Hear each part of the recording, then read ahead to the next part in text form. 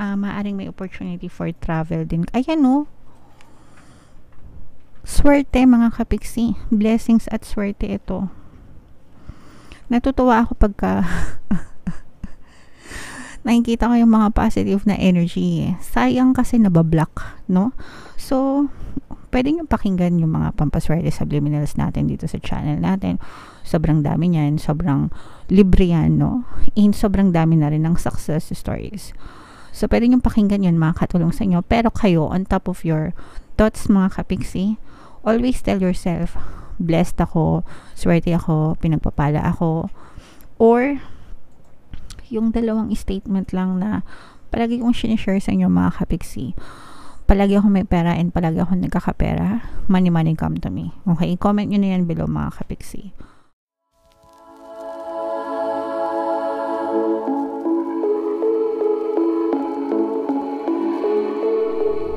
Hello guys, hello Aquarius. Welcome back to Pinoy Pixie Tarot. Ang pamagat ng ating episode for tonight is New Moon Kapalaran para ngayong August to September para sa Aquarius, Sun, Moon, Rising, Sign, and Venus. Shuffle ko yung cards guys. Hanapin ko yung energy ng Moon at saka yung energy ng Aquarius. So ito yung Moon energy mga kapiksi. Ngayon naman hanapin natin yung energy ng Aquarius.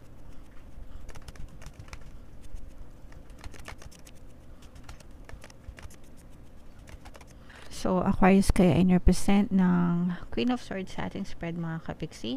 Ito yung combination guys ng positive and negative energy. General reading lang. Pwede mag-resonate, pwedeng hindi. Yung new moon ngayon ay sa August 14 mga kapiksi or August 16 sa Wednesday.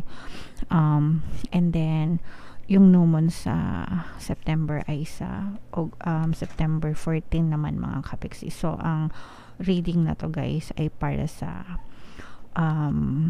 period na yan.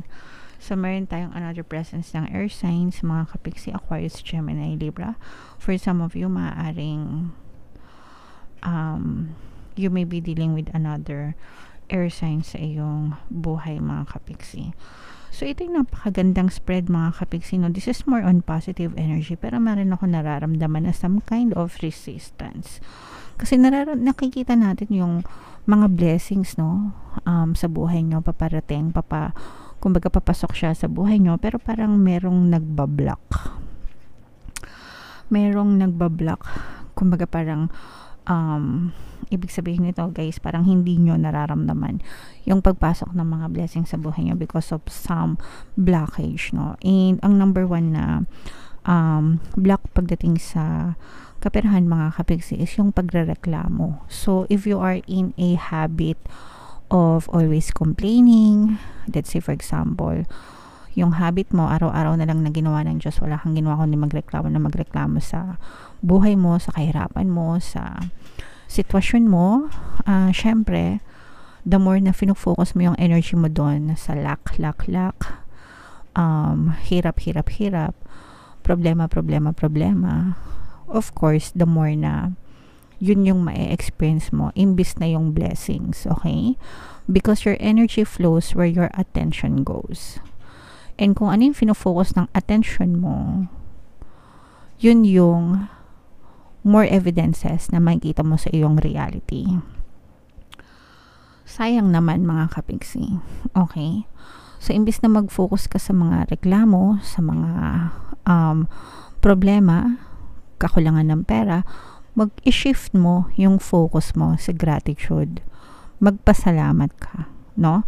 No matter how big, no matter how small, yung mga blessings sa buhay mo, always kang mag-thank you. Always mong i-appreciate. Gawin mo siya everyday, no? Let's say, for example, matutulog ka, bago ka matulog, mag-pray ka or just simply give thanks. Thank you, nakasurvive ako ngayong araw na to. Thank you, nakabili kami ng pagkain. Thank you, nakapagbayad ako ng kuryente. Thank you kasi may nagbigay sa amin ng libreng merienda. Yung mga ganun, maliliit na bagay. Pero ina-appreciate mo and grateful ka. And the more you do that mga kapiksi, thank you kasi hindi pa ako siningil ng pinagkakautangan ko. Okay, thank you kasi nakapulot ako ng 100 pesos. Yung mga ganung bagay. Simpleng mga bagay. the more you do that, mga kapiksi, the more you're sending out gratitude to the universe, the more that the universe will give you these blessings, no? Kasi nandyan yung blessings, pero hinaharangan mo, no? Parang, ayan, no? Tingnan mo yung itsura ng kamay niya. Parang sinasabi niya, stop, no? So, these are your blocks, mga kapiksi, no? Parang, trabaho ka nga ng trabaho, pero wala ka namang movement, nai-stuck ka, ang sipag-sipag mo nga, pero wala kang nakikitang resulta. So, that might be your block, mga kapiksi.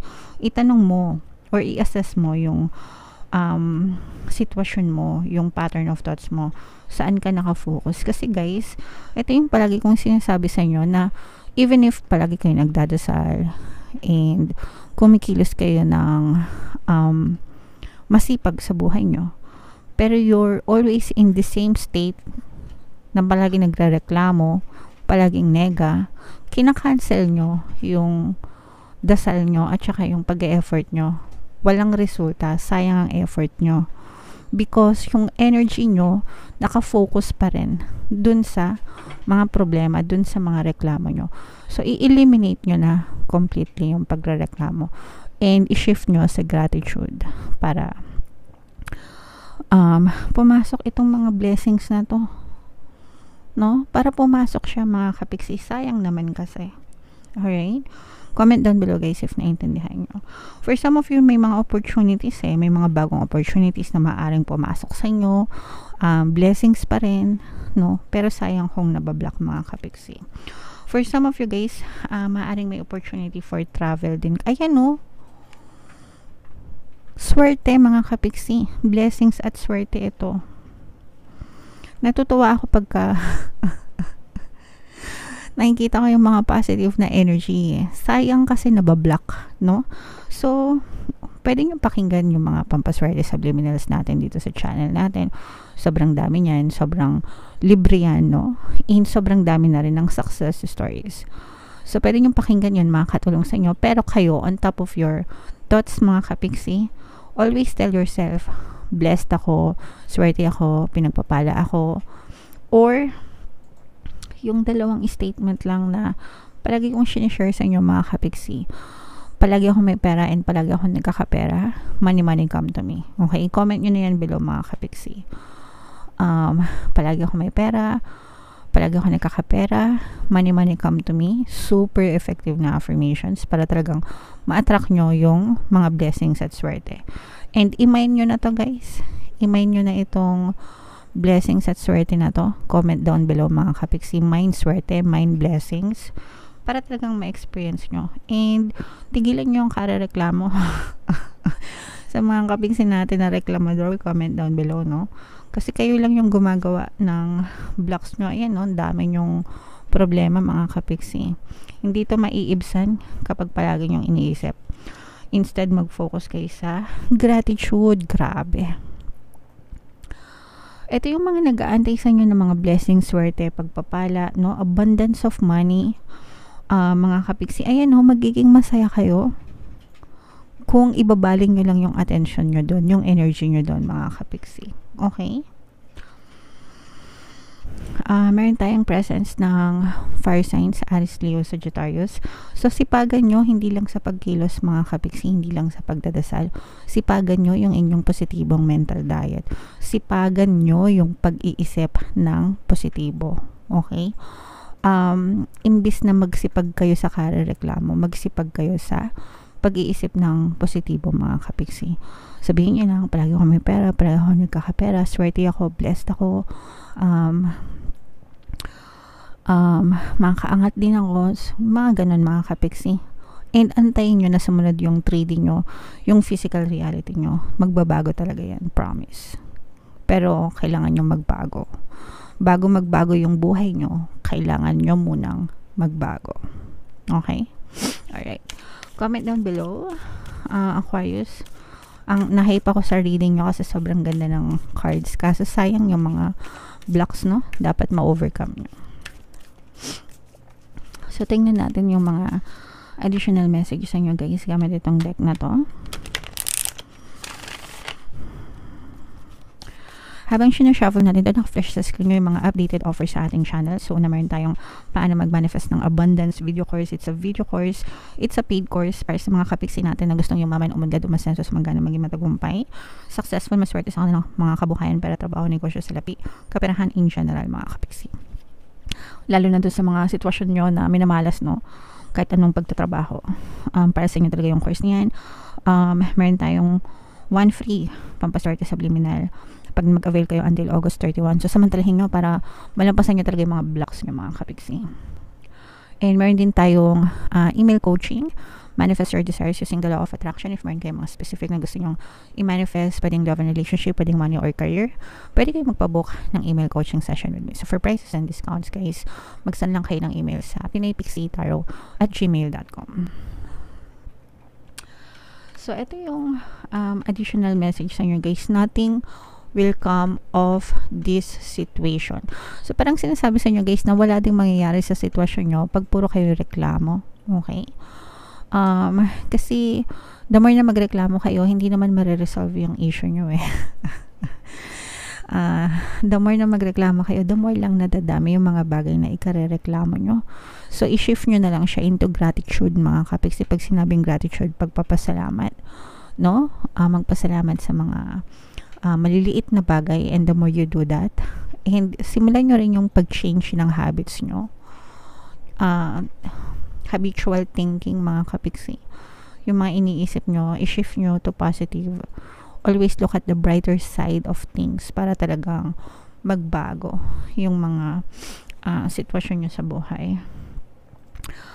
Attune to the moon, mga kapiksi. I trust in my highest good. Okay? Trust the universe, trust the divine, trust the process, trust yourself, mga kapiksi. Trust Papa God, diba? Papa G. Para talagang magbago yung inyong kabuhayan. For some of you, something better may be around the corner. Okay? So, sometimes, may mga bagay na hindi pinagkakaloob sa atin. It's probably because you're not persisting enough. Okay, kasi if you're not thinking about it, ibig sabihin hindi mo siya masyadong gusto. Pero kung gustong-gusto mo kasi siya, dapat palagi mo siyang iniisip para ma-push out siya sa iyong reality. Okay? But there may be something better na nakalaan para sa inyo. So, kung ano yung better na yun, kayo lang yung nakakalam nun. Because, believe that you will get what you need, mga kapiksi. Always remember, guys, you can be, do, and have anything that you want. And kahit hindi kayo naniniwala na makukuha nyo, basta mag-persist kayo, magtiyaga kayo, ma-achieve at ma-achieve nyo yan. Okay? You don't have to believe, because kapag nag-persist kayo, it will eventually become a belief. So, let's say, for example, gusto nyo yumaman, pero mahirap kayo ngayon, but you keep on persisting. Palagi nyo inisip sa isip nyo, mayaman ako, mayaman ako, mayaman ako. Pero sa totoong buhay, nakikita mo na hindi ka pa rin mayaman, puro utang ka pa rin, namin pa rin problema, di ba? So, hindi ka naniniwala, pero you keep on persisting. Mayaman ako, mayaman ako, mayaman ako. Palagi mo lang sabihin, mayaman ako, mayaman ako. Wala namang mawawala sa'yo. May mawawala ba sa'yo pag sinabi mong mayaman ka? Wala naman, di ba? Mag-persist ka lang. Once it becomes a belief in your subconscious mind, makakita ka ng mga evidences paunti-unti na yumayaman ka na pala. Okay? That's how it works, mga kapiksi. Surrender to the divine. No? Trust Papa G, mga kapiksi. And take time out, meditate, and contemplate. So, baka masyado na kayong nababurn out, masyado na kayong stress, masyado nang marami yung anxieties nyo dahil sa mga problema nyo. Magpahinga ka, mag-recharge ka. Wag mo masyadong sagarin yung sarili mo. Kasi kahit anong sipag mo, kung negative ka naman mag-isip, guys, yun nga yung sinasabi ko sa inyo, di ba? Kahit anong sipag nyo, kahit gaano kayo magdasal, pero sobrang negative naman yung iniisip mo, sayang lang ang effort mo kasi wala kang makikitang resulta. So, magpahinga ka muna Ipahinga mo yung isip mo, mag-meditate ka, mag-contemplate ka, and look for things to be grateful for. And restart. Every day is a brand new day, mga kapiksi. And every day you are given opportunities to think. So make sure na ini-invest mo yung everyday life mo sa pag-iisip ng maganda.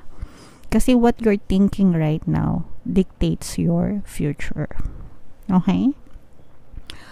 Alright, so comment down below, Aquarius, if naka-resonate kayo. Ito yung inyong mid-August kapalaran. Kung hindi nyo pa napapanood, panoorin nyo na. And ito naman yung ating success stories ng paano mag-manifest ng abundance video course. Thank you for liking, sharing, and subscribing, mga kapiksi. See you again next time. I love you all, guys. Have a nice day. Bye-bye.